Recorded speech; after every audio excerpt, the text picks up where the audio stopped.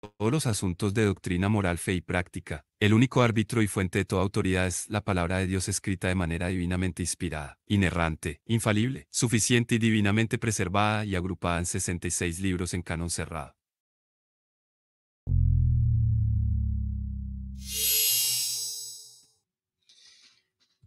Bendecidos mis hermanos, bienvenidos una vez más aquí a Retando Paradigmas. El día de hoy tenemos programa especial, tenemos invitados. Vamos a estar hablando sobre el amilenialismo y déjame subir al hermano Winston. Aquí está con nosotros el hermano Winston Medina. Bendiciones, Winston, ¿cómo estás? ¿Cómo estás, Ruby? Un gusto estar aquí en tu canal, chico. Después del tremendo pleito que nos dimos, esta es la parte buena de los cristianos, chicos. Sí. Fíjate que yo estaba pensando que solamente en el cristianismo se pueden ver cosas así, en el que uno pueda tener el problema que sea, pero siempre, si volvemos a Cristo, encontramos el punto céntrico y como que las demás cosas se pueden disipar y podemos entonces navegar dentro de nuestras diferencias, siempre teniendo a Cristo como centro. El día de hoy, para los que nos están viendo y dirán, pero ¿qué pasa? Estos dos se van a poner a pelear. No, calma. Vamos a hacer un debate ahora mismo, chicos. Calma, pueblo. Calma, pueblo. Hay dos razones por las que yo quise invitar a Winston al programa. Número uno, quiero invitarlo para dejarle saber a la gente que la manera en que hemos estado tratando los asuntos personales que teníamos, esta es una manera de demostrarle a ustedes que ya eso quedó atrás y que aunque podamos, porque él estuvo haciéndome unos videos a mí y yo estuve haciendo unos videos a él, pero está todo, las aguas volvieron a su cauce y está todo como debe ser. Podemos tener nuestras diferencias y a la vez podemos colaborar el uno con el otro. Y la segunda razón es porque el hermano Winston se canta a milenialista y pues yo quería profundizar un poquito más en eso. Los que estuvieron aquí la semana pasada saben que estuvimos aquí al pastor Rufat, que nos estuvo hablando de las diferentes posturas, pero el día de hoy el hermano Winston va a estar entrando más en detalle en la postura que él adopta. ¿Ok? Esto no es un debate, yo no voy a debatir, yo me canto ignorante en todo esto. Como le dije al doctor Rufat, le digo a Winston, yo soy un hijo putativo de Gigi Ávila y a mí Gigi Ávila me enseñó que había un rapto y que prepárate porque si no te va a llevar el diablo. Y eso fue lo que yo creí y prediqué y enseñé por todo este tiempo. Pero al pasar del tiempo empecé a ver otras cosas y me canto ignorante. Así que voy a presentar ahora a Winston, que él se haga cargo de la presentación que él tiene.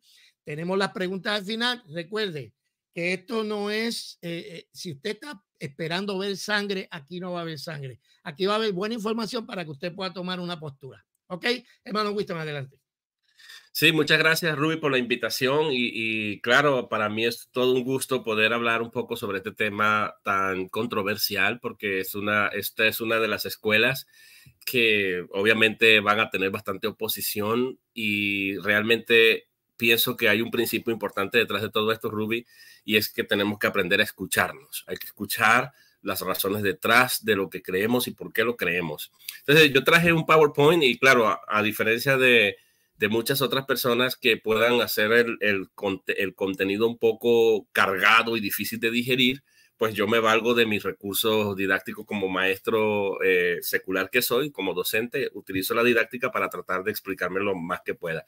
De manera que traje un PowerPoint para ir a través de él. Cualquier cosa que no entiendas o que quieras interrogarme o preguntarme, no hay ningún problema. Ahí estamos. Me puedes interrumpir y ahí vamos. Ahí puse el PowerPoint. Vamos a ir a través de él.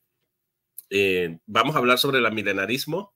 Se puede decir de dos maneras. Se le puede decir amilenarismo, es una manera de decirle, y también se le puede llamar amilenialismo. Aquí creo que puse amilenismo, también le llaman amilenismo. Hay tres maneras de llamar a esto. Entonces vamos a ver qué es el amilenarismo. A mí me gusta más esa palabra milenarismo. Vamos a ver una definición y yo voy a partir, Ruby, voy a tratar de ver la parte más desafiante del milenarismo para hacer mi punto, ¿no?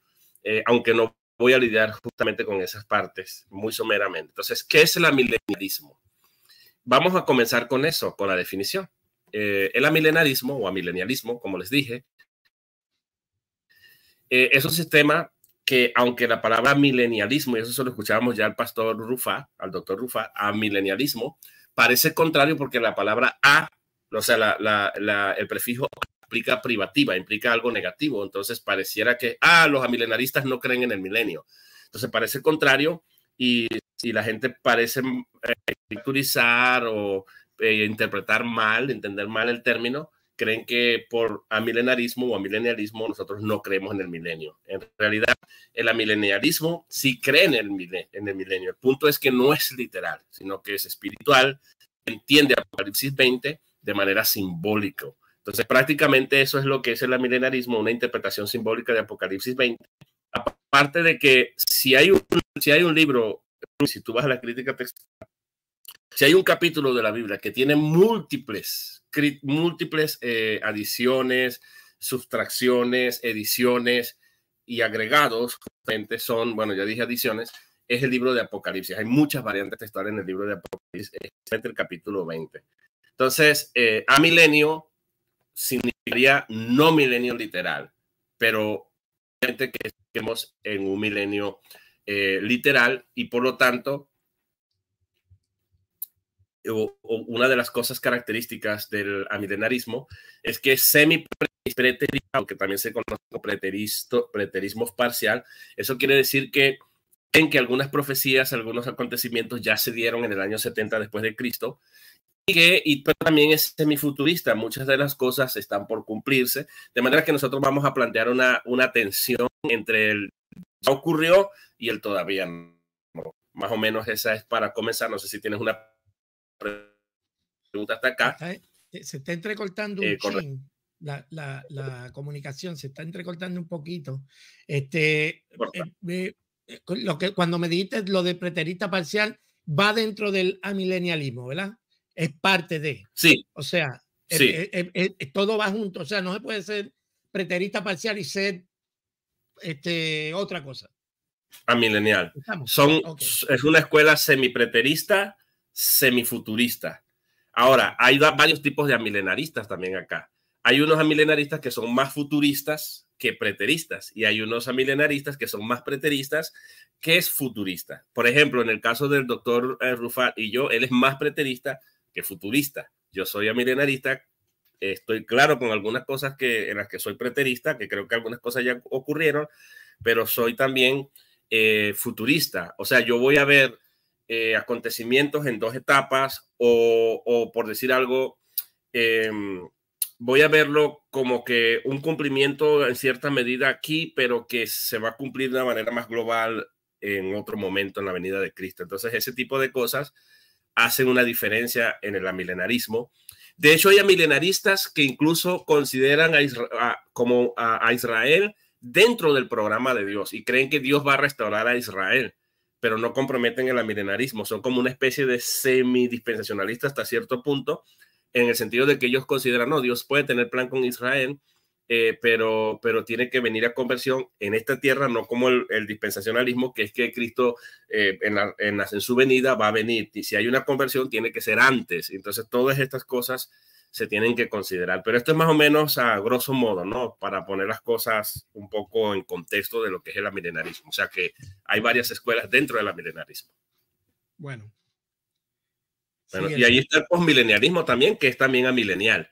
Esa es otra de las cosas. El posmilenialismo es también amilenial, es también preterista parcial, pero a diferencia de nosotros, ellos tienen como una era dorada previa a la venida del Señor y creen que el evangelio va a traer una era de prosperidad y el evangelio va a avanzar muchísimo y en vez de ir hacia atrás, vamos hacia adelante progresando. Es una idea muy, muy parecida. El hilo es muy delgado entre el amilenialismo y el posmilenialismo.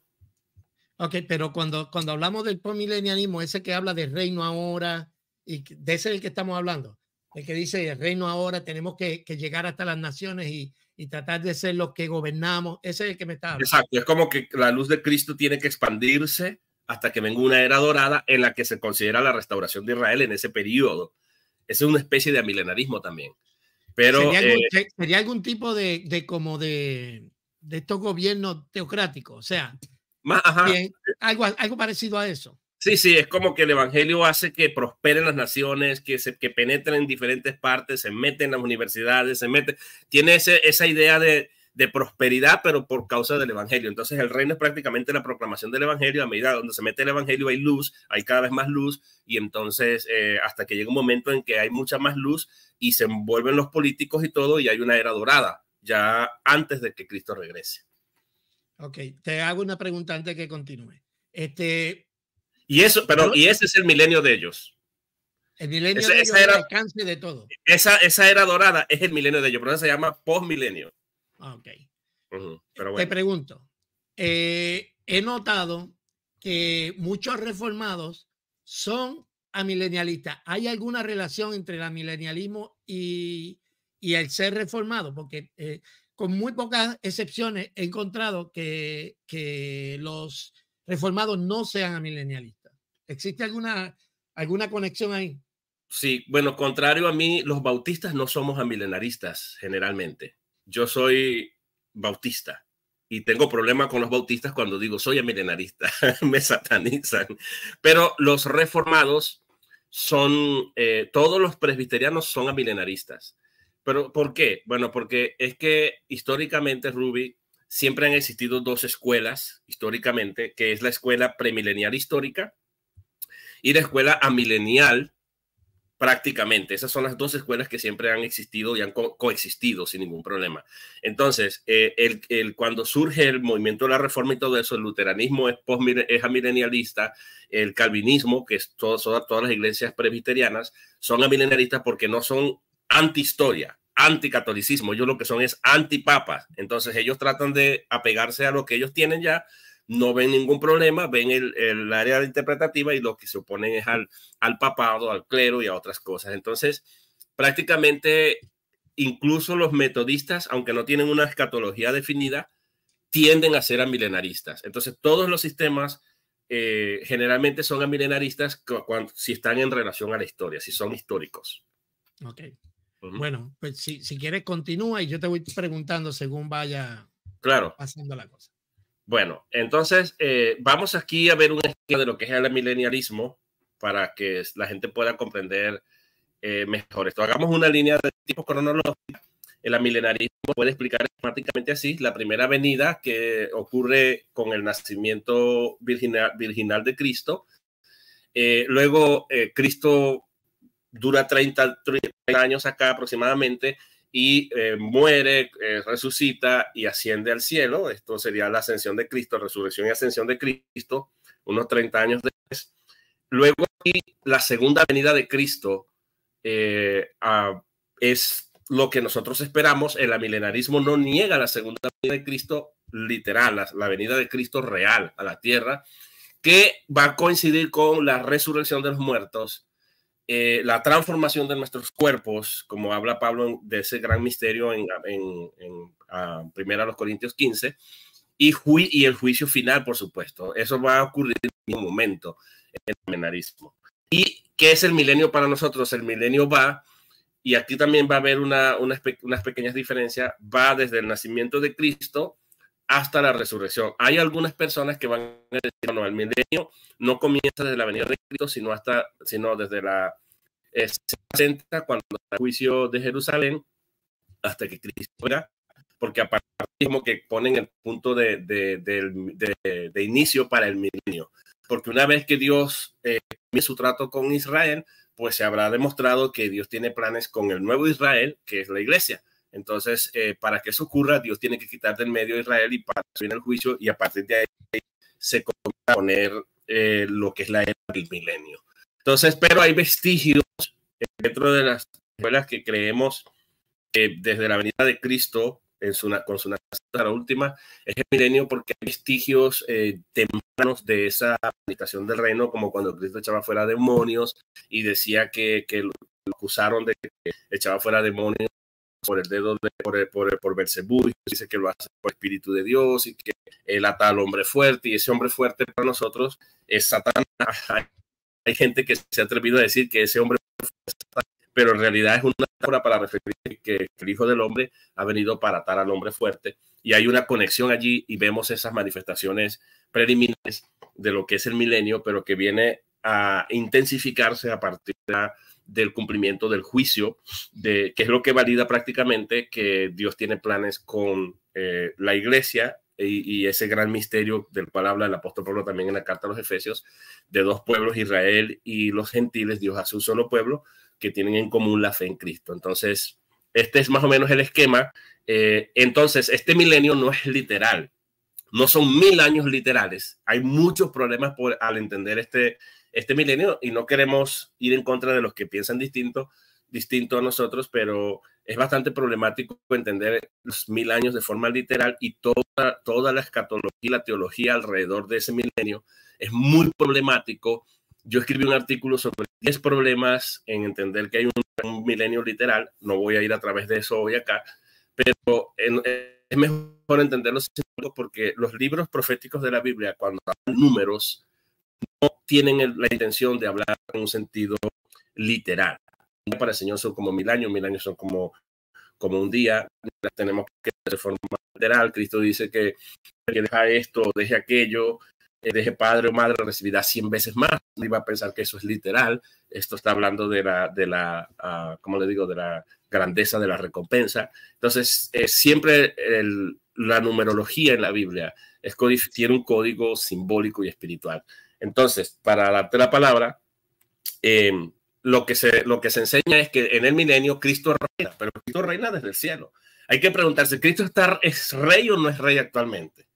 Mira, Ruby, Cristo tiene, para que Cristo sea Cristo, un ungido como en el Antiguo Testamento, que en el Antiguo Testamento un ungido era, por ejemplo, un sacerdote era un ungido, un profeta era un ungido, un rey era un ungido, un juez podría considerarse un ungido. Cristo es todo eso. Por eso él no es un ungido, sino él. Y para que sea el ungido, él tiene que estar concentrado todas estas manifestaciones de Mesías, o sea, de rey, sacerdote. Él tiene que ser todo eso, profeta y juez. Él tiene que ser esas 4 cosas para que sea llamado el Cristo. Entonces, Cristo actualmente reina desde el cielo y reina a través de su iglesia, y en su iglesia en 3 esferas. En la milenaria plantea que Cristo reina en 3 esferas. Esfera del gobierno, la esfera de la familia.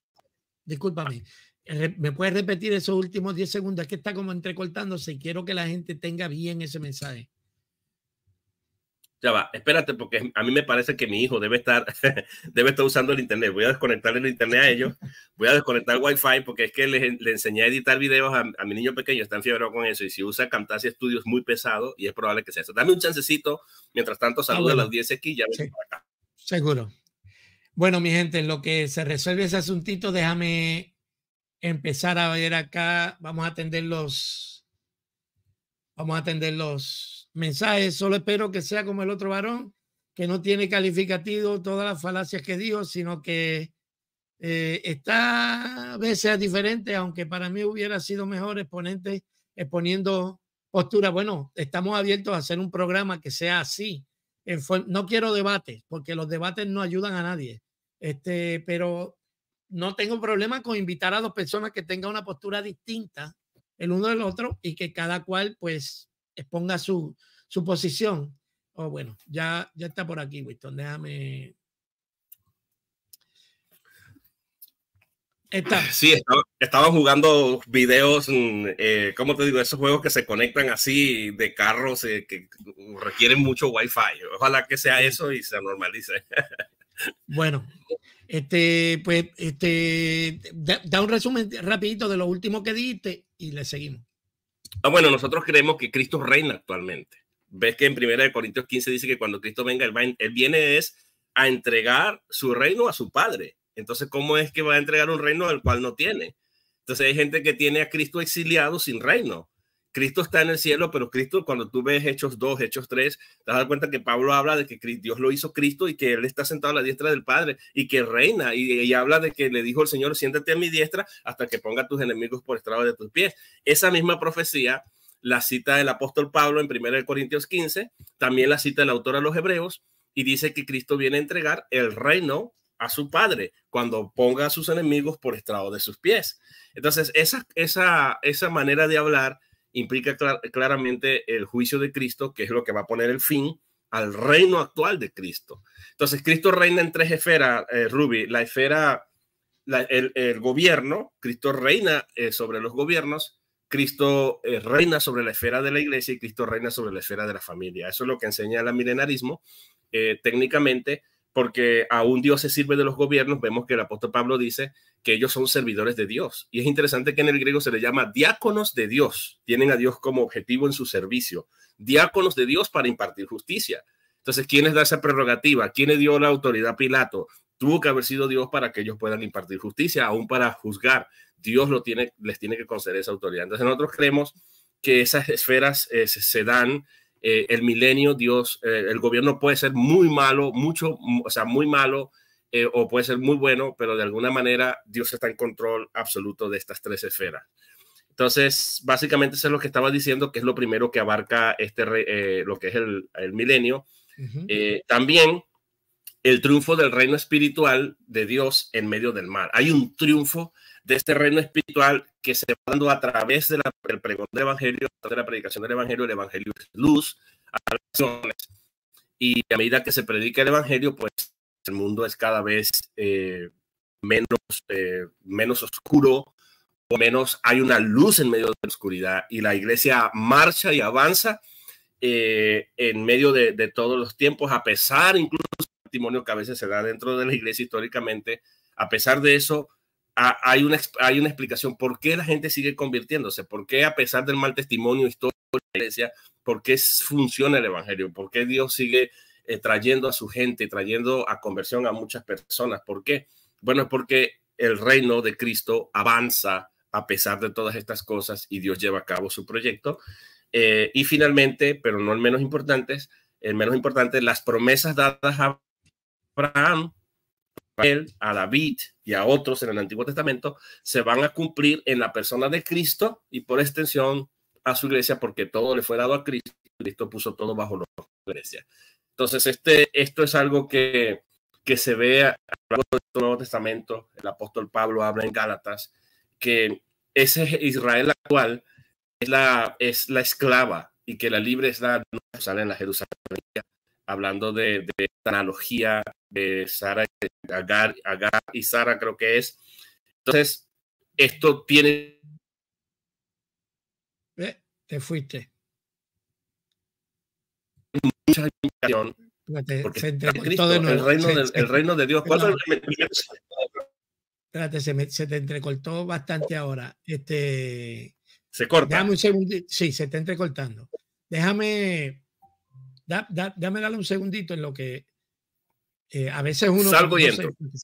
Ok, bueno. Seguimos viendo los mensajes aquí en lo que Winston resuelve el asuntito allá. Seguimos aquí presente con libreta. Sí, apunta. Dios le bendiga. Amén. Saludos, hermano. Dios te bendiga. Hermano Miguel. Algunos afirman que la escatología no importa mucho, pero no saben lo que dicen. Sí, la escatología, como si está en la Biblia, debe ser importante. ¿Entiendes? Así que hay que darle la importancia que se merece. Y por eso es que estamos haciendo este tipo de programa. Tiene que haber milenio. En esos 1000 años se llevará a cabo el juicio del trono blanco.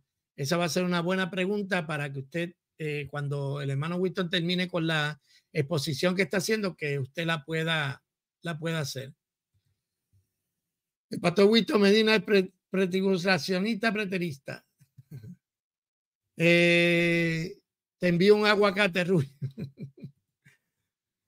La palabra 1000 en la escritura nunca se toma literalmente. Saludos cordiales, sí. Saludos, Dios te bendiga. Hermano Leonardo, Dios te guarde.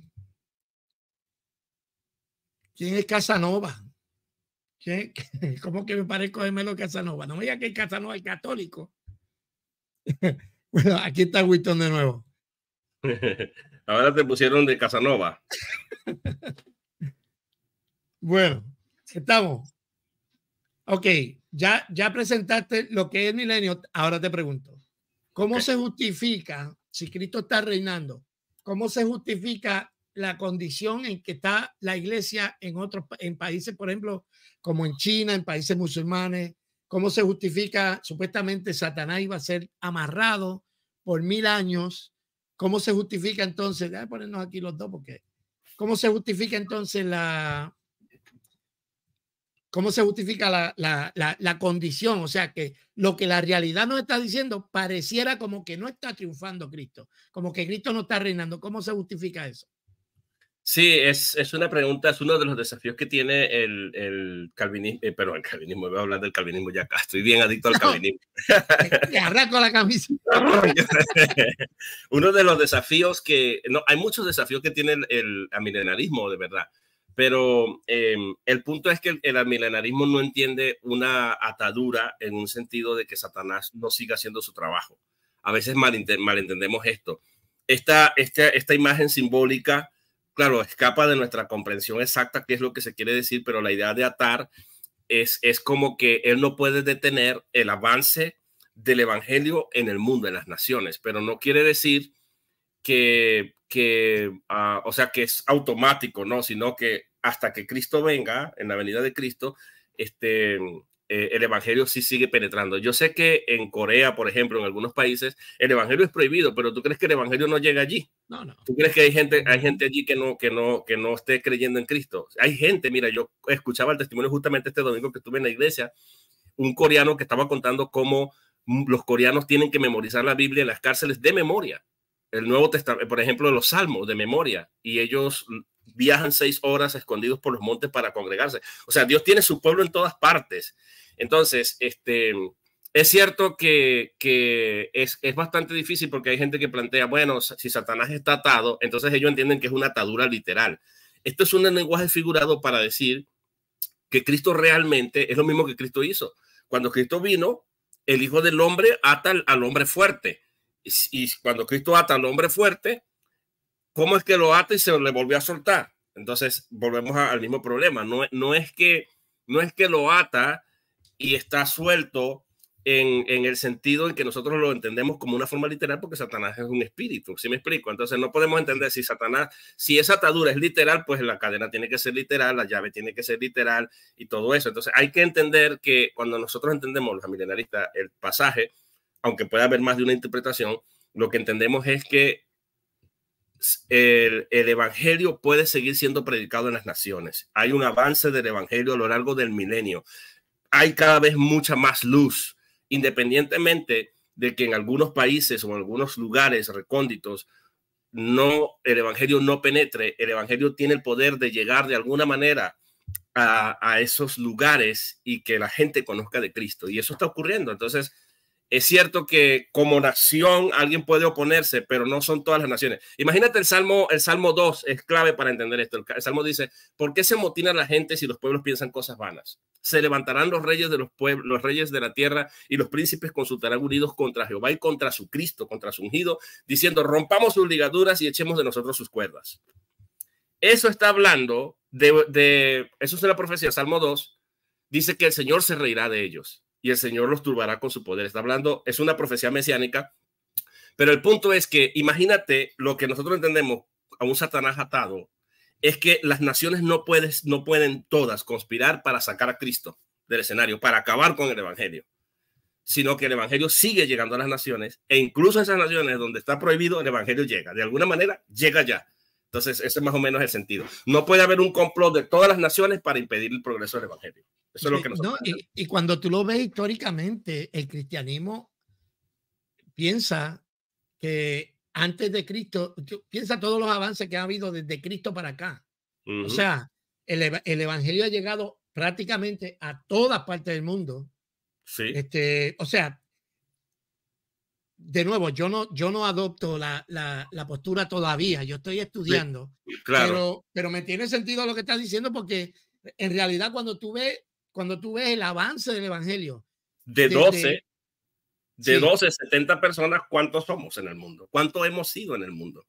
Hay un avance innegable. Tiene sentido. Sí. Ahora, hay ciertas cosas que que dice el texto que, pues, si lo tomas, es cierto, si lo tomas literal, como que no enganchan. Supuestamente parece ser que cuando tú lo lees, es como si hubiese este espacio de paz y de tranquilidad, como si no fuera a pasar.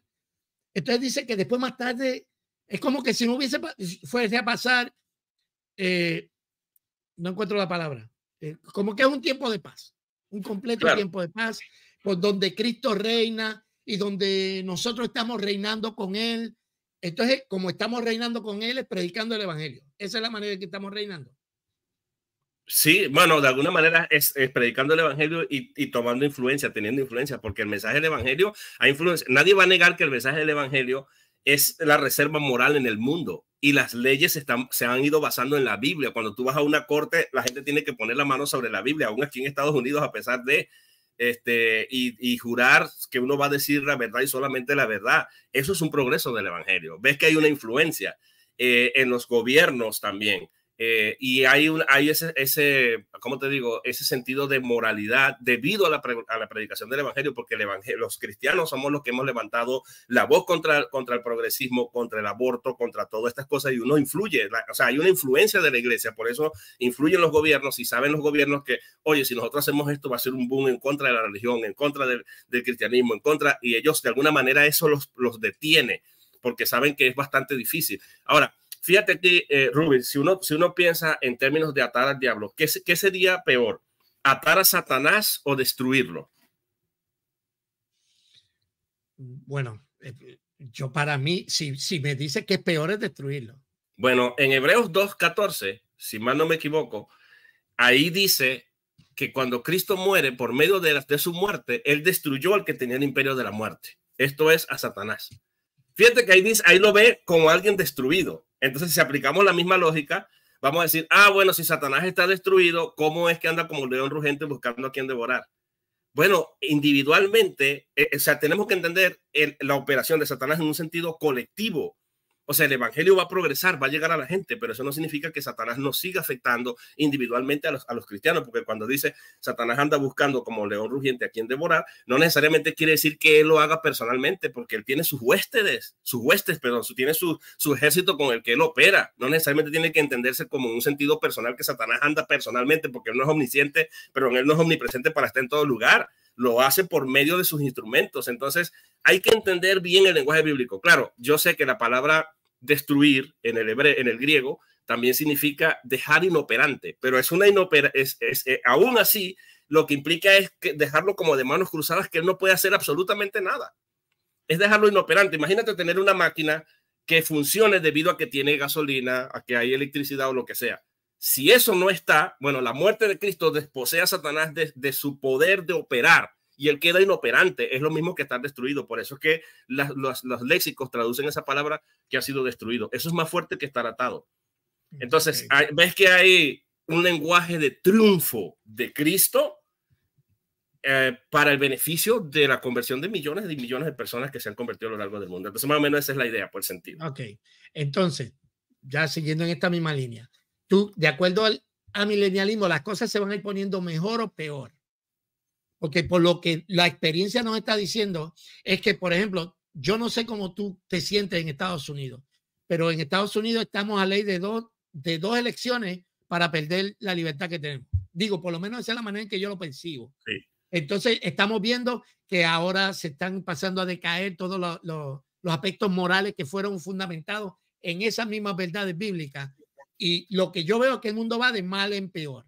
Entonces, si Cristo está reinando, ¿por qué? ¿Por qué está pasando eso? Sí, claro, entiendo tu punto. Es que, fíjate, siempre el reino de Cristo es un reino y está pegado a la tribulación. Ese es el problema. Cuando tú ves los autores bíblicos, por ejemplo, Juan, en la isla de Patmos, él habla de mis compañeros del reino y de la tribulación. O sea, ves que hay una tensión. O sea, el reino de Cristo, a veces, contrario a lo que nosotros pensamos, a veces queremos verlo solamente como una idea de triunfo solamente. No, es que es como un sube y baja, como un asunto que va de la mano, incluyendo los cristianos, somos los que más sufrimos. ¿Ves? O sea, no se sorprenda con el fuego de prueba que les ha sobrevenido. como si alguna cosa extraña les aconteciese. Entonces, ahora, nosotros creemos en el amilenarismo que antes de la venida de Cristo el mundo se va a poner peor, pero eso va a permitir, contrario a lo que nosotros creemos, un gran número de conversión de personas, porque la gente cuando es presionada se va a dar cuenta que realmente están bajo una profecía y se van a dar cuenta o sea, que está pasando algo. Y eso permite conversión de muchas personas también. Entonces, siempre que ha habido crisis en el mundo, ha habido un gran número de conversión de personas. Al contrario, o sea, el evangelio sigue avanzando a pesar de las tribulaciones. Entonces, nosotros podemos ver, hay crisis económica, hay crisis educativa, hay crisis políticas, hay crisis de salud. En medio de todo esto, todas estas cosas son instrumentos del reino para que muchas personas reflexionen y vengan a Cristo. En ese mundo espiritual que nosotros no vemos, Dios se sigue moviendo. Entonces, eso es prácticamente decir, oye, pero no lo puedo entender. Claro, no lo entendemos en una esfera literal, pero ¿qué es lo que está pasando abajo? O sea, mira que en todos los tiempos el evangelio sigue avanzando y sigue habiendo conversiones. Entonces, sí creemos que es un asunto que va de la mano. Hay reino y hay tribulación continuamente y siempre ha sido así. Siempre ha sido así. Cristo no nos mintió. Él dijo, en el mundo tendréis aflicción, pero confíen, yo he vencido al mundo. ¿De qué nos está diciendo? Si él ha vencido el mundo, ¿crees que el evangelio no va a vencer? ¿Crees que su iglesia no va a vencer, que es su cuerpo? Por supuesto que vamos a vencer. Somos más que vencedores y esta es la victoria que vence al mundo, nuestra fe. Y avanzamos con la fe y nos metemos y seguimos penetrando y llegando a muchas personas a través de las crisis. Incluso a veces utilizamos, mira lo que está pasando y la gente abre sus ojos y Dios ha utilizado eso. ¿Quién dice que Dios no ha utilizado eso para predicar el evangelio, para llegar a la gente? Amén. Yo he considerado siempre que el final del ministerio de la iglesia va a ser como el comienzo, que empezó en persecución y va a terminar en persecución. Y cuando vemos las estadísticas, dicen que dentro de los próximos 20 años, la mayoría de los cristianos van a estar en China, por la cantidad de gente que tienen allá. Ahora, no sé si tienes algo para seguir con lo que nos estaban mostrando, porque tengo también unas preguntas que hacerte sobre la gran tribulación, sobre el anticristo y todas esas cosas. No sé si las tienes dentro de lo que tienes preparado. ¿Quieres seguir con lo que tienes preparado o le entramos como tú quieras? Vamos a mostrar unas cositas para ver los desafíos que tiene el milenarismo. Parte de esas preguntas que tú hiciste están aquí, quizás algunas estén acá. Aunque no intento ver hoy, pueden ver este mismo tema en mi canal donde yo doy respuesta a cada una de estas preguntas. Ok, entonces, ¿quieres que se presenta la diapositiva y avanzamos y te doy espacio para las preguntas en breve? Ok. Dale. Bien, entonces vamos a seguir aquí, fíjense. Entonces, aquí es lo que te estaba diciendo. Antes de la venida de Cristo, Satanás es soltado o suelto e inicia la apostasía. Es lo que nosotros conocemos como esa apostasía, ¿no? Donde es lo que tú estás diciendo, ¿se va a poner mejor o se va a poner peor? Se va a poner peor, pero el reino continúa. El reino no termina. Eso es antes de que Cristo venga, esto se va a poner color de hormiga.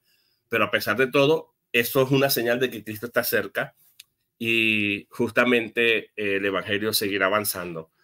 ¿Ok? Y eso es, después de esa apostasía, pues ocurre la venida de Cristo, la resurrección y el juicio final. Bien, habiendo dicho esto, después que esto ocurra, viene entonces la inauguración del cielo nuevo y la tierra nueva. Ahora, fíjate, ¿qué es lo que cree el amilenialismo? El amilenialismo. Bueno, el amilenialismo no se basa en la teología pactual. Eso responde a una pregunta que tú me hiciste ahora. ¿Todos los reformados tienen obligatoriamente que ser amilenialistas?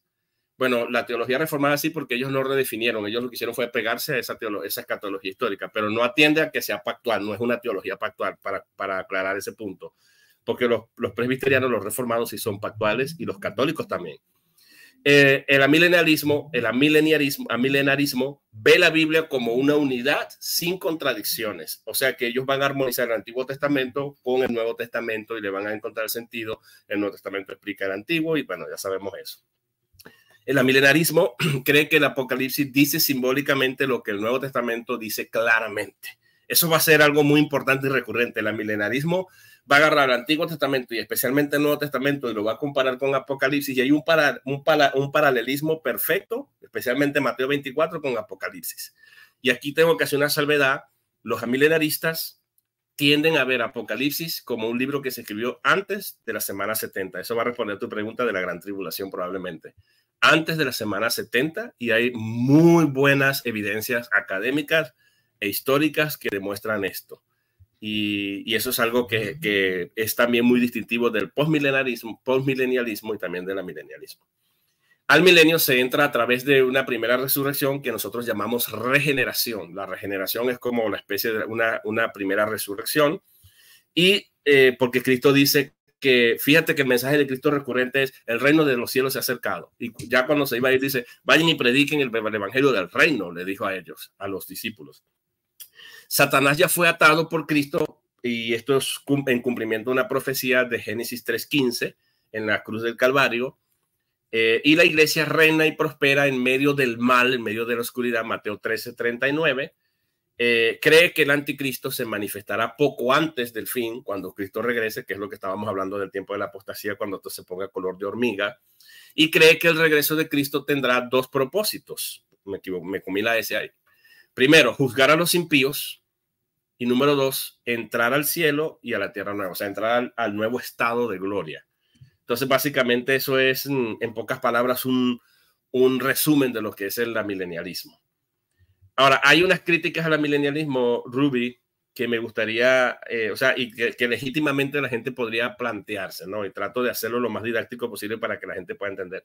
Por ejemplo, ellos podrían decir: si el reino es ahora, si es cierto que el reino es ahora, el punto es que no se puede negar que estamos en un reino, para empezar. Ellos van a preguntarse: ¿qué hacer con estos pasajes? Y van a citar varios pasajes. Mateo 6:10, la oración: venga tu reino. ¿Por qué va a decir venga tu reino si ya tenemos el reino? Van a decir, ¿verdad?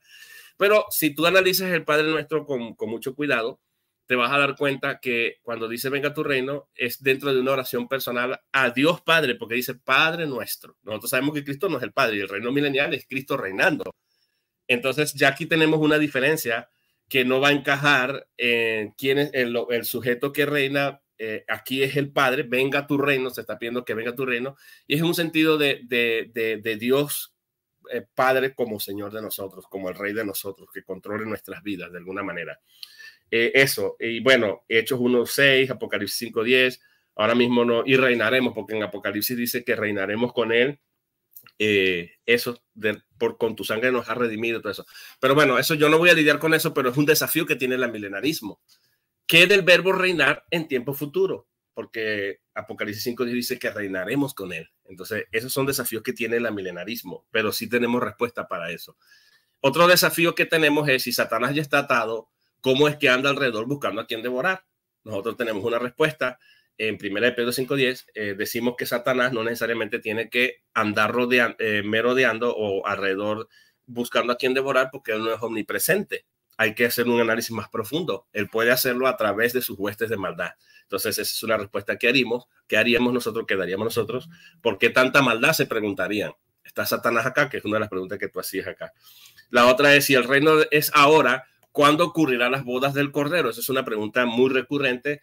Visitan Apocalipsis 19. El milenarismo va a entender que las bodas del Cordero es prácticamente esa unión de la iglesia con Cristo en un sentido espiritual en una primera etapa, y cuando él venga en su segunda venida es la consumación de esas bodas. O sea, lo vemos como un asunto progresivo. A medida que alguien se va convirtiendo, es como que se va dando en cierta escala, y al final del tiempo, cuando Cristo venga, pues él va a hacerse de su pueblo, y eso es lo que es las bodas del Cordero.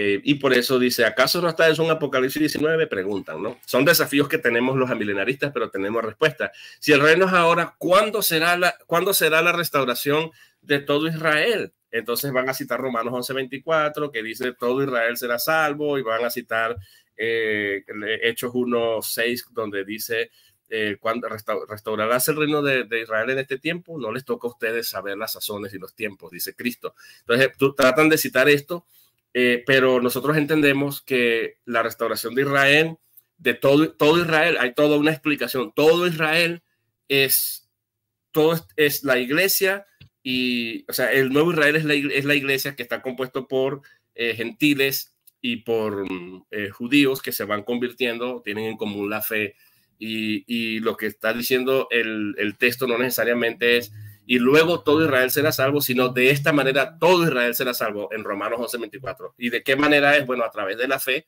es que todo Israel es salvo. Entonces, sí hay una explicación para eso, porque en el griego el adverbio que se usa no es después de esto, sino de esta manera. Entonces, todo eso está allí. Y finalmente, si el reino es ahora, ¿qué hacer con profecías que no se han cumplido? Y atienden a la profecía del tercer templo, de Ezequiel 40:48, Isaías 11:7. Y nosotros tenemos una respuesta para eso. No sé si quieres que vayamos a esas profecías o si tienes una pregunta acá. ¿Cuándo se cumplen esas profecías? Para nosotros Ezequiel de 40:48 se aplica a la iglesia en un sentido espiritual. Primero a Cristo, como te dije al principio, y también a la iglesia en un sentido espiritual, porque la iglesia es el templo de Cristo, que Cristo viene a edificar. Sí hay un tercer templo, pero ese tercer templo es la iglesia, no es literal. Eso te iba a preguntar. Eso te iba a preguntar, porque no, ya una de las cuestiones que a mí me tiene, porque de nuevo yo, y vuelvo y me canto, me voy a cantar ignorante todo este tiempo. Así que si hago una pregunta tonta, me avisa. Porque es que como es algo que no domino, la cuestión de escatología, yo digo, no, es que hay tantas interpretaciones. Ok, dame a ver si entiendo. Cuando se habla del tercer templo, que hay gente que están esperando que se construya, de hecho, hay profetas por ahí diciendo que ya ellos vieron el tercer templo construido. Mi pregunta y hay hasta sería, institutos que han invertido millones. Y hay hasta institutos, perdón que te interrumpa, hay un instituto que se llama The Temple Institute, el Instituto del Templo, que ha invertido millones de dólares en reconstruir todos los elementos del templo, porque ellos creen claramente en un templo literal y en un milenio literal en Israel. Porque mi pregunta es, si hay un templo para que Dios tenga el trato ese que va a tener con Israel, supongo yo que será para eso, me pregunto yo, ¿se van a establecer también los sacrificios? Bueno, aquí hay un problema. Mira, ya vas a ver eso. Mira, pon la diapositiva y vamos a ver varios problemas en entender esto como un templo literal. Mira, en primer lugar, si es cierto, había esta crítica respecto a la reconstrucción del tercer templo. El templo descrito en Ezequiel del versículo 40 al 48 no cabe en el Monte de los Olivos de Jerusalén a Roma, porque con esa dimensionalidad en Ezequiel, cuando uno lee obviamente el texto, está hablando de un templo que va desde Jerusalén a Roma, no cabría en el Monte de los Olivos, y esta gente está predicando el templo en el Monte de los Olivos, o sea, va en contra de la descripción de Ezequiel 40-48. El segundo problema es que tendrían que resucitar naciones que ahora están muertas, porque ahí se habla de que estará Moab y Edom, y eso ya, esas naciones ya no existen, Mira esto. Los egipcios, los asirios y los babilonios deben volver a aparecer. Hay mención en esta profecía a los egipcios, los asirios y los babilonios. Entonces, tenemos que entender todo, y lo vamos a entender de forma literal, pues estas cosas tienen que darse. Ellos no pueden explicarlo. Los hijos de Sadoc tendrán que ser sacerdotes de nuevo. Según Ezequiel 44:41, vayan y revisen ustedes esta cita y se van a dar cuenta que lo que estamos diciendo no tiene sentido con esta reconstrucción del templo. Va a tener que el nuevo sacerdotes, y ahí responde la pregunta tuya, si van nuevos sacerdotes porque se va a sacrificar nuevamente. ¿Y el sacrificio de Cristo qué? Tendría que volverse a ofrecer sacrificio por la expiación, que es lo que tú estás diciendo justamente. Entonces eso hace el sacrificio de Cristo imperfecto e incompleto. O sea, Cristo muere una sola vez y para siempre. ¿Para qué más sacrificios? Y finalmente, Jesús no sería el templo ni su iglesia. En Juan 2:18-20, Jesús habla de sí mismo como su cuerpo, y en 1 Corintios 3:16 se habla de su iglesia como su templo. Y ahí hay que entender que las palabras que se usa para templo, ahora en la época del Nuevo Testamento, ya no tiene la idea de construcción física, sino que es una idea de nosotros, pues, de personas, más que esto. Fíjate que en Hebreos, Ruby, en Hebreos capítulo 3 dice, no, ya lo puedes quitar, dice que la casa de Dios somos nosotros, si retenemos hasta el fin las promesas de la esperanza que nos ha sido dada. Entonces, ¿qué quiere decir? Creo que es Hebreos capítulo 3:14.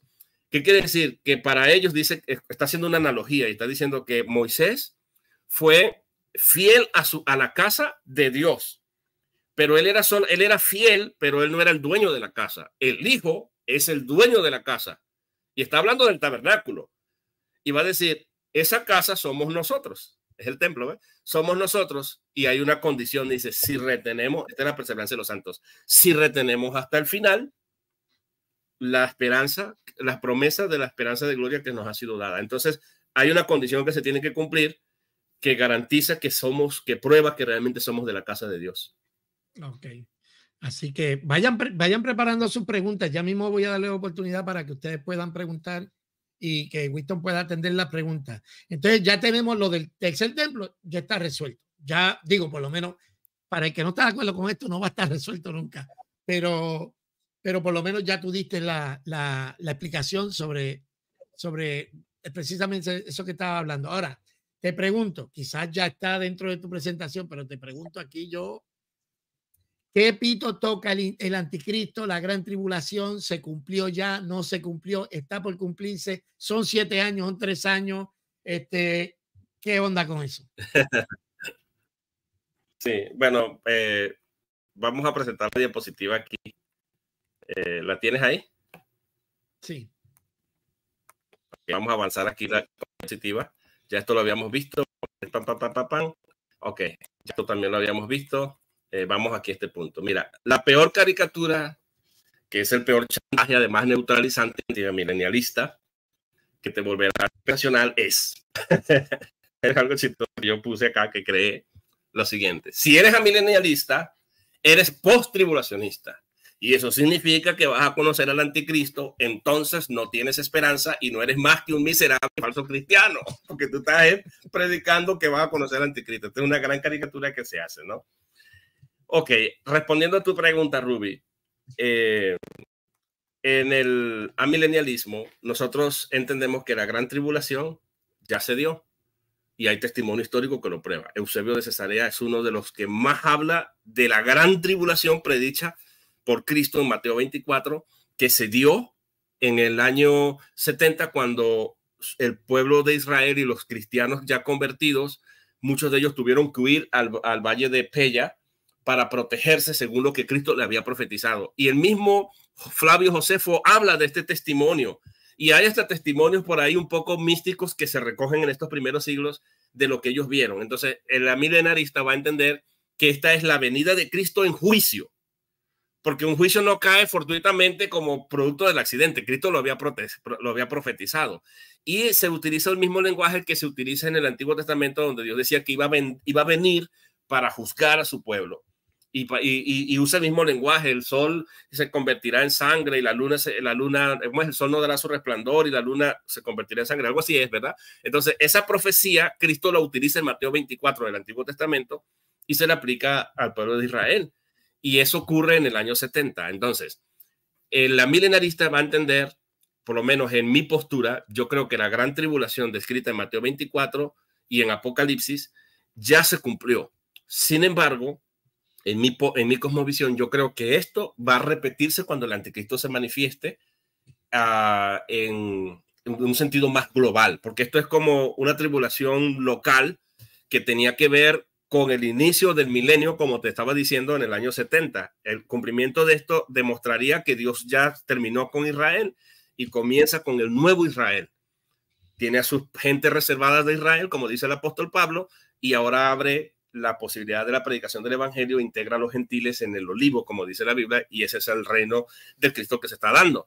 Entonces, algunos amilenaristas van a entender que el anticristo, por el lenguaje codificado que hay de que tiene número de hombre y todo eso que habla el libro de Apocalipsis, ese es Nerón.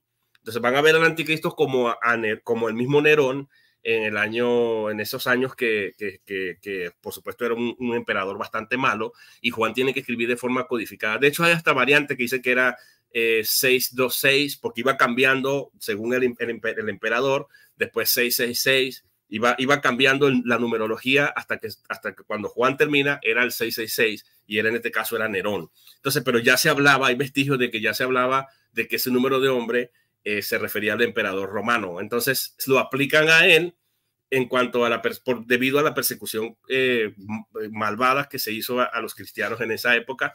Pero yo creo personalmente que ese anticristo, esta es simplemente una prefiguración del anticristo en una escala local, pero tiene que haber un anticristo global. Eso es como yo lo veo, que realmente genere... Un gobierno mundial.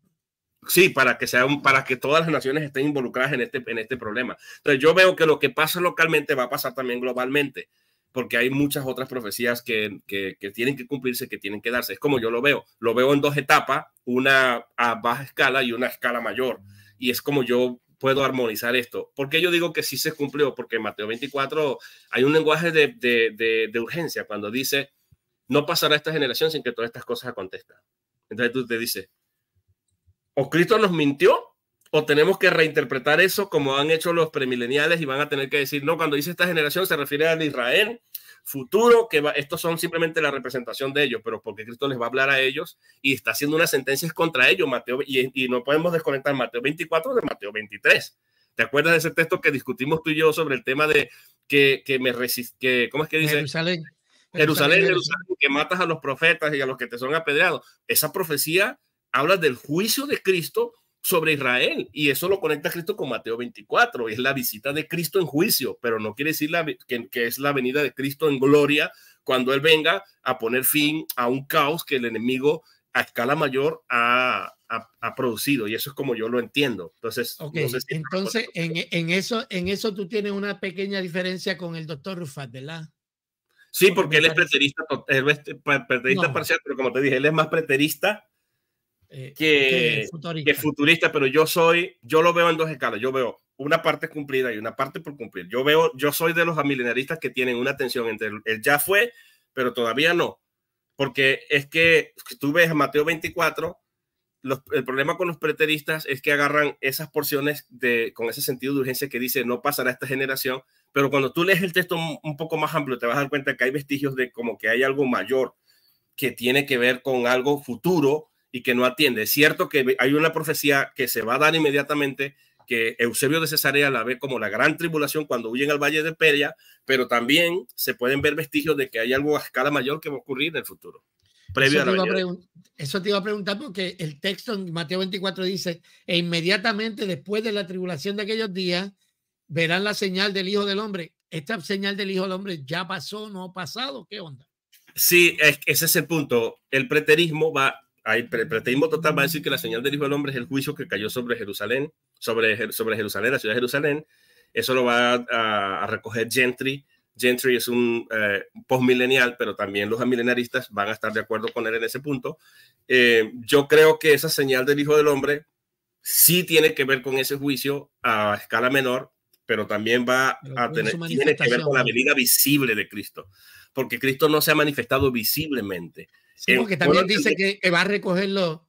También dice que va a enviar a sus ángeles a recoger sus elegidos. Entonces ves que hay porciones que no se pueden cumplir. Yeah. Entonces eso es por eso que yo digo que Mateo 24 sí tiene vestigio de que hay cosas que se van a cumplir urgentemente. Igualmente Apocalipsis. Yo vengo pronto. Hay un lenguaje de prontitud y de urgencia en el libro de Apocalipsis y por eso la prueba interna demuestra que Apocalipsis se tuvo que haber escrito antes de la semana 70, antes del año 70.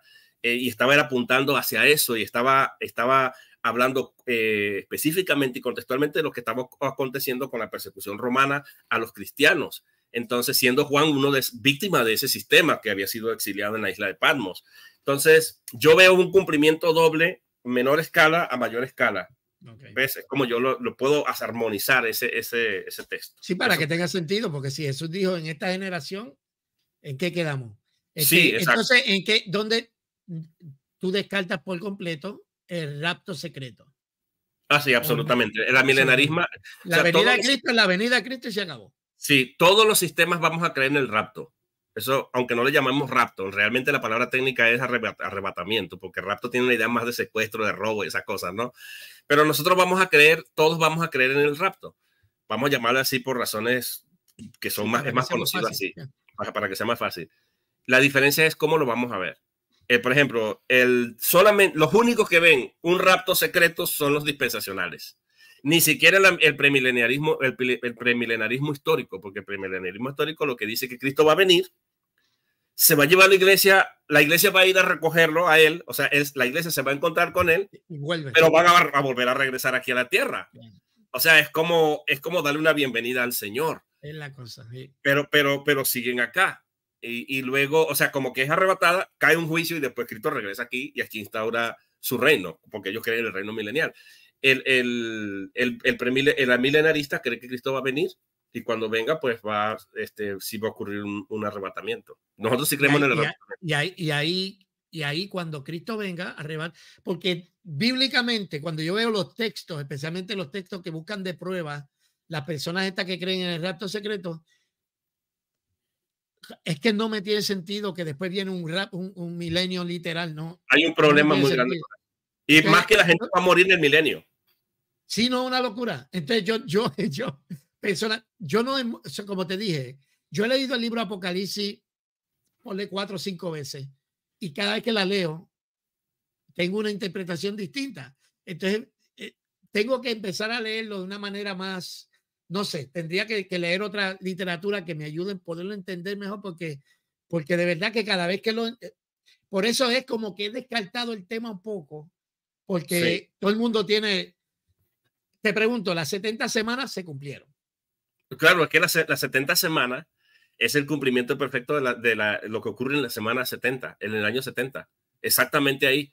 Entonces, y hay una mala interpretación desde Daniel, justamente ahí yo tengo varios videos sobre la semana 70 de Daniel, pero sí, ya también se cumplió.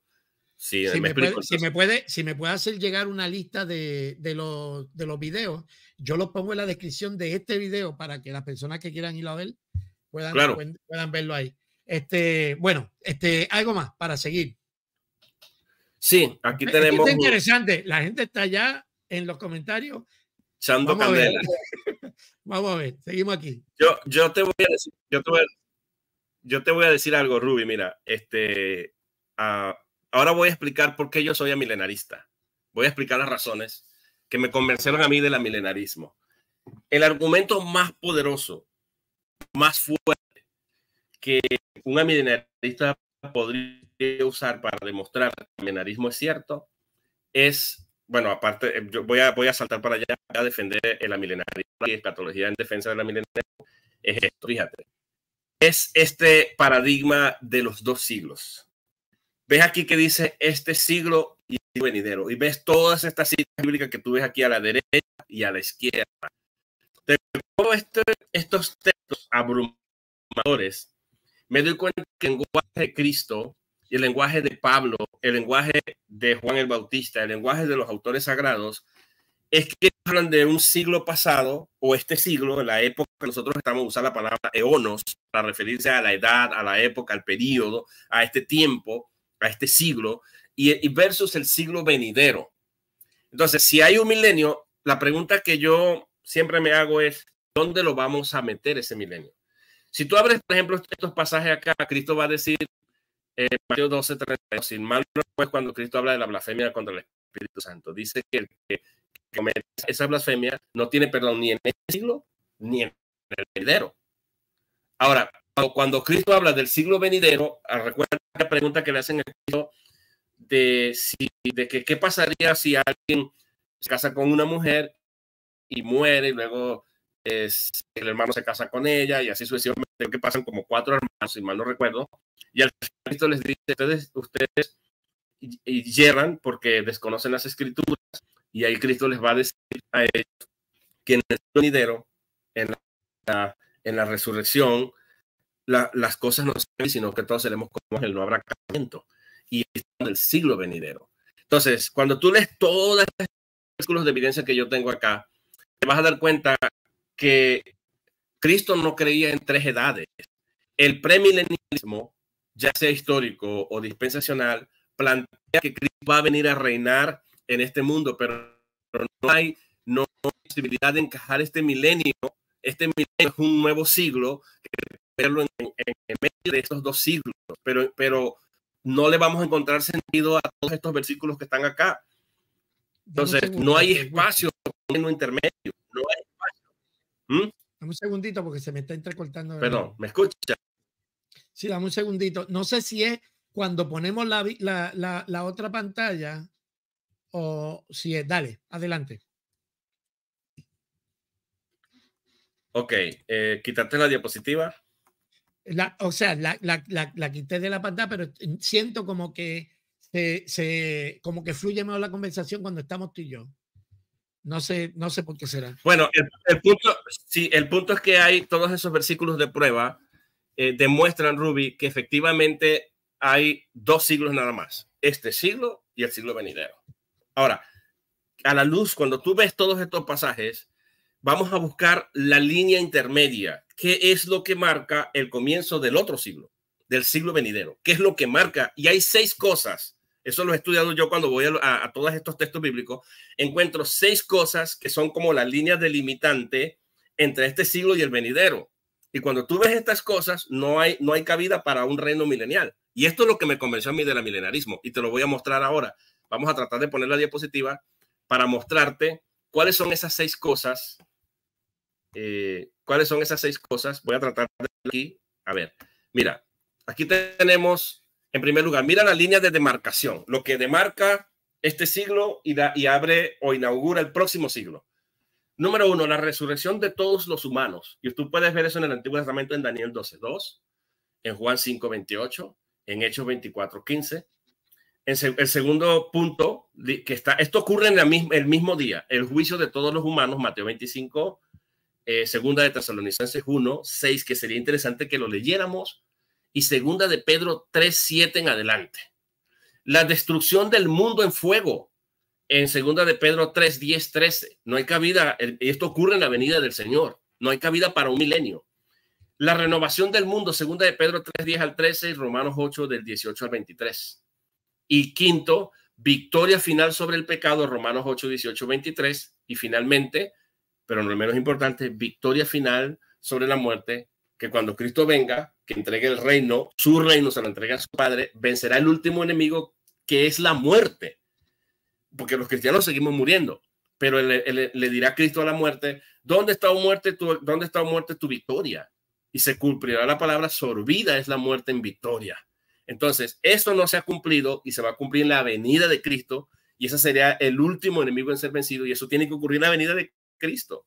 Pero el milenio, el reino milenial literal de Cristo, propone que va a haber gente que se va a morir, si quieres lo puedes quitar, propone que va a haber gente que se va a morir durante el milenio, que va a haber gente que va a morir durante el milenio, imagínate, y eso va a contradecir esto.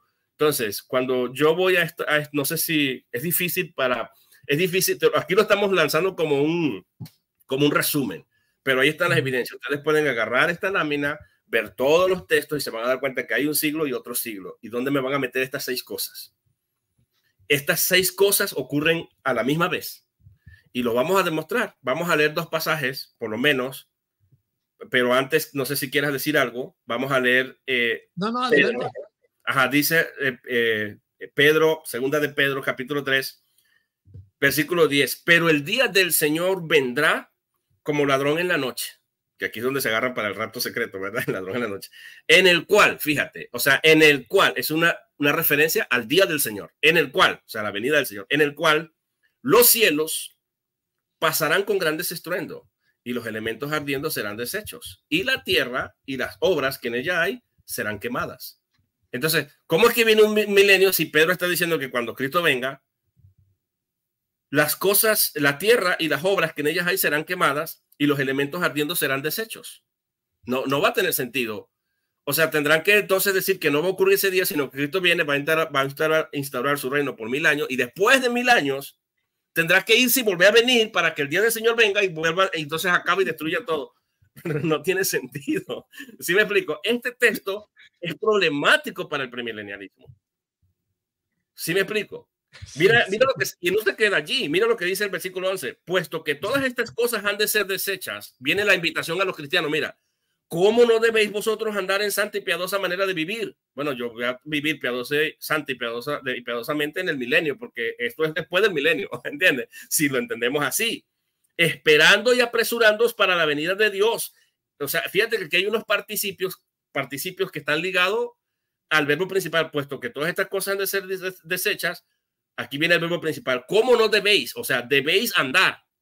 ¿Cómo no debéis andar en santa y piadosa manera de vivir esperando? O sea, ¿cómo? Implica el modo como debo andar piadosamente y en santa manera de vivir, esperando y apresurándose para la venida de Dios, de Dios en el cual, resalta, los cielos extendiéndose serán deshechos y los elementos siendo quemados se fundirán. Aquí tú sabes que los hebreos cuando hablan usan mucho una estructura, lo que se llama un quiasmo.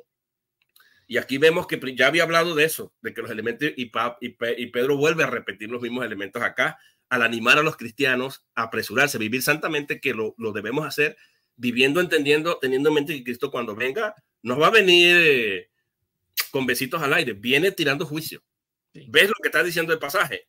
Y va a decir, pero nosotros esperamos, el contraste, según sus promesas, cielos nuevos y tierra nueva, en los cuales mora la justicia. Entonces aquí claramente se está hablando de un paradigma que tiene que ver cuando Cristo venga, ustedes tienen que apresurarse para esa venida de Cristo. Y esa es la manera de vivir santa y piadosamente. Porque Cristo viene con juicio, pero no se preocupen porque nosotros esperamos, según su promesa, cielos nuevos y tierra nueva. Eso no es el milenio, ese es el estado final. Ese es un pasaje. Sí, adelante. Vas a leer el otro, ¿verdad? Voy a leer el segundo, que es exactamente lo mismo. Y es el de Segunda de Tesalonicenses que te mostré allí. Déjame ir ahí. Pero puedes decir algo mientras lo busco aquí porque... No, es que no, honestamente, como a mí no me tiene sentido, o sea, Cristo iba a venir y después que Cristo venga, entonces hay un reino milenial literal y después de esos 1000 años, entonces los que se rebelaron contra Dios, entonces van a ser juzgados también. Hay como 3 juicios, hay como 4 resurrecciones. Es que tienen que inventarse 2 resurrecciones, 2 juicios, 2 venidas, 2 raptos, o sea, prácticamente. Y muchas cosas no van a encajar. Muchas cosas no van a encajar. Mira, yo por esa, una buena manera de ver de qué manera algo no es correctamente es reduciendo el argumento al absurdo. Te voy a poner un ejemplo y voy a leer un pasaje. Por ejemplo, hay gente que piensa que cuando Cristo venga, entonces va a haber una guerra contra Cristo. ¿Has escuchado eso, verdad? Por eso son los dispensacionalistas y los premileniales. Va a haber una guerra contra Cristo, que Cristo va a estar en Sion, va a estar en Israel, va a poner sus pies sobre Sion y va a haber como un golpe de Estado contra Cristo. Van a intentar hacerle un golpe de Estado. ¿Has escuchado eso, verdad? Entonces, Satanás va a mover a las naciones, las va a engañar a todas las naciones y las van a convencer para que vengan a darle un golpe de Estado a Cristo en Israel. ¿Tú te imaginas cómo vamos a meter a todas las naciones en Israel? Ese es el primer problema que tenemos. Ahora, porque las va a convencer, porque ellos enseñan que sí, que se van a lanzar contra él. Ahora, todos los ejércitos van a ser enviados a Israel. Ahora, hay otro problema. Suponte que sea cierto. Cristo está reinando en un reino perfecto, pero ¿sobre quiénes reina? Cristo no está reinando solo, porque ellos enseñan que Cristo está reinando juntamente con los cristianos. Ahora, la pregunta es, ¿esos cristianos tienen cuerpo glorificado? Pablo dice en 1 Corintios 15 que les dirá un misterio. Los muertos en Cristo han resucitado y nosotros que estamos vivos vamos a ser transformados en un cuerpo semejante al de Cristo. Entonces este cuerpo tiene que estar glorificado. Ahora la pregunta es, ¿qué sentido tiene que Satanás venga a perseguir a los cristianos, a hacer una guerra contra Cristo? Primero, no podría prosperar porque Cristo está glorificado. No hay un arma que lo pueda matar, es un ser espiritual. O sea, físico, pero glorificado, lo cual no tiene nada, las leyes de este mundo no prevalecen contra él. Le rebota la bala. Es como Trump, que las balas no le dan. Además, que nosotros tendremos la capacidad de volar, de traspasar paredes. O sea, el anticristo está engañado, chicos. Va a venir a hacer una guerra contra gente que tiene cuerpo glorificado, especialmente con Cristo y su iglesia. Eso no tiene sentido. Para mí eso no tiene sentido. Por eso ese argumento yo no lo entiendo. Yo respeto a mis hermanos premileniales, pero no le encuentro sentido a ese argumento tan tonto. Con todo el respeto, yo te digo, hay gente que me odia a mí por ser milenarista. Y mi problema por ejemplo, con el Señor, ya tú sabes, comenzó justamente porque yo no entiendo, yo no entiendo esto de la manera como lo creen los premileniales, pero es que no lo puedo creer. Sí, no. A mí no me... Digo, obviamente, yo cuando vi tantas inconsistencias en el dispensacionalismo lo abandoné. Pero aun cuando tiene que ver con el milenio, ¿sabe lo que opté por hacer? Alejarme del tema. Fíjate que ese es el problema, que admito que es un problema, porque lo mejor era seguir estudiando. Pero cuando vi tantas interpretaciones, yo dije, como que me alejé del tema, como que no le di importancia. Pero digo, ya mismo vamos a abrir para que la gente haga preguntas y usted haga su pregunta. A mí lo que le está diciendo hasta ahora me tiene sentido. ¿Entiendes? Me tiene más sentido que un milenio literal. no es que ya compré la idea, tengo que estudiar más. Claro, no hay que Pero estudiar hasta ahora, lo que me ha dicho me tiene más sentido que... otra cosa, que se les acusa especialmente a los milenialistas. ¿Ustedes creen en la teoría del reemplazo? O sea, la iglesia reemplazó al pueblo de Israel. No, la iglesia católica sí tiene esa teología de reemplazo, eso hay que aclararlo. Nosotros no creemos que la iglesia sustituya a Israel, nosotros creemos que la iglesia es incorporado en Israel como como lo describe Pablo en Romanos capítulo 11, y somos parte del Israel de Dios, debido a que participamos del olivo. Y de ambos pueblos, ese es el gran misterio que estuvo escondido por siglos, que Pablo habla en la epístola a los Efesios, es preciosa porque él se dedica a hablar de ese gran misterio. Y está diciendo que de dos pueblos Dios rompe la pared intermedia y hace de dos pueblos un solo pueblo. Y en Gálatas le llama el Israel de Dios a la iglesia. Entonces, en la Nueva Jerusalén, cuando tú vas a Gálatas 5, cuando Pablo habla de esa analogía de Agar y Sara, él ve al Israel actual no como el pueblo de Dios, sino como la esclava. Y al verdadero pueblo de Dios lo ve como la libre, la que pertenece al Israel espiritual, a la Jerusalén de arriba. Y cuando tú vas a Hebreos capítulo, creo que el 10, también dice que la Jerusalén de arriba habla de eso y que participamos de esa Jerusalén celestial. Entonces hay todo un lenguaje espiritual detrás de todo esto que nosotros a veces no percibimos, y por eso el amilenarismo es más alegórico, es más simbólico y le da ese sentido espiritual, ese valor espiritual a las escrituras que debería tener el libro de Apocalipsis y estas profecías. ¿Sí me explico? Sí, sí. Entonces, hay otro texto que te iba a leer para que entremos a este punto. Dice el apóstol en segunda de Tesalonicenses, capítulo 1, versículo 3 en adelante, dice: debemos siempre dar gracias a Dios por vosotros, hermanos, como es digno, por cuanto vuestra fe va creciendo y el amor de todos y cada uno de vosotros abunda para con los demás. Tanto que nosotros mismos nos gloriamos de vosotros en la iglesia de Dios por vuestra paciencia y fe en toda vuestra persecución. Fíjate, en toda vuestra persecución y tribulación que soportáis. Mira que está diciendo, el apóstol Pablo dice que nosotros mismos nos gloriamos. Ves que hay una idea de gloria en medio de las tribulaciones y de las persecuciones. Luego va a decir el 5. Esto es demostración del justo juicio de Dios, para que seáis tenidos por dignos del reino de Dios, por el cual asimismo padecéis. Porque es justo delante de Dios pagar con tribulación a los que os atribulan, y a vosotros que sois atribulados, daros reposo con nosotros. ¿Cuándo? Cuando se manifiesta el Señor Jesús desde el cielo con los ángeles de su poder.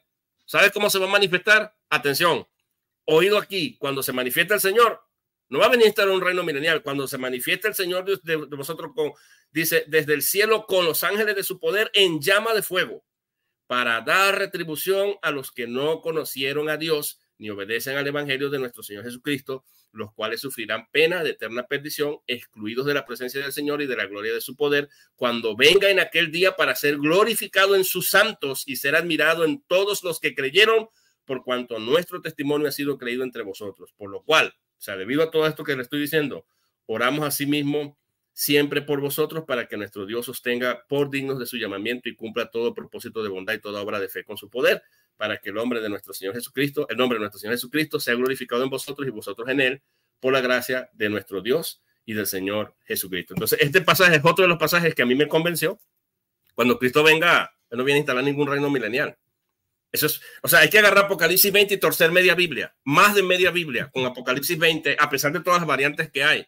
No, tiene más sentido que esto es una visión simbólica del triunfo de Cristo en la cruz y del triunfo que va a tener el pregón del evangelio a través de los siglos mientras la iglesia esté en la tierra. Aunque hay mártires, es un mensaje de consolación, aunque hay mártires, hay tribulación, Cristo ha triunfado, Cristo ha quitado las llaves del reino, Cristo ha destruido a Satanás, Cristo ha atado al hombre fuerte, y Cristo tiene poder y tiene autoridad y sigue habiendo conversión, y de 12 se ha multiplicado en miles de millones de personas. Y aunque vamos en tribulación, Dios usa las tribulaciones, los problemas, las circunstancias, la crisis, el socialismo, el comunismo y todos estos desgraciados gobiernos que existen en el mundo, Dios lo utiliza para traer arrepentimiento a su pueblo, a su gente, como yo lo veo. Bueno, no sé cuánto más te falte en la presentación porque quisiera, aquí la gente está deseosa por preguntar y yo quisiera que preguntaran, porque me acusaron la semana pasada, que tú dejas a ese hombre hablar y que no, muchacho, la gente es terrible. Y que ellos creían que yo me iba a poner a pelear con el doctor Faz, mira qué cosa. Pero bueno, seguimos en la dejémoslo hasta ahí. Dejemos la diapositiva hasta ahí. Yo creo que está bien hasta aquí. Creo que hemos cubierto todo.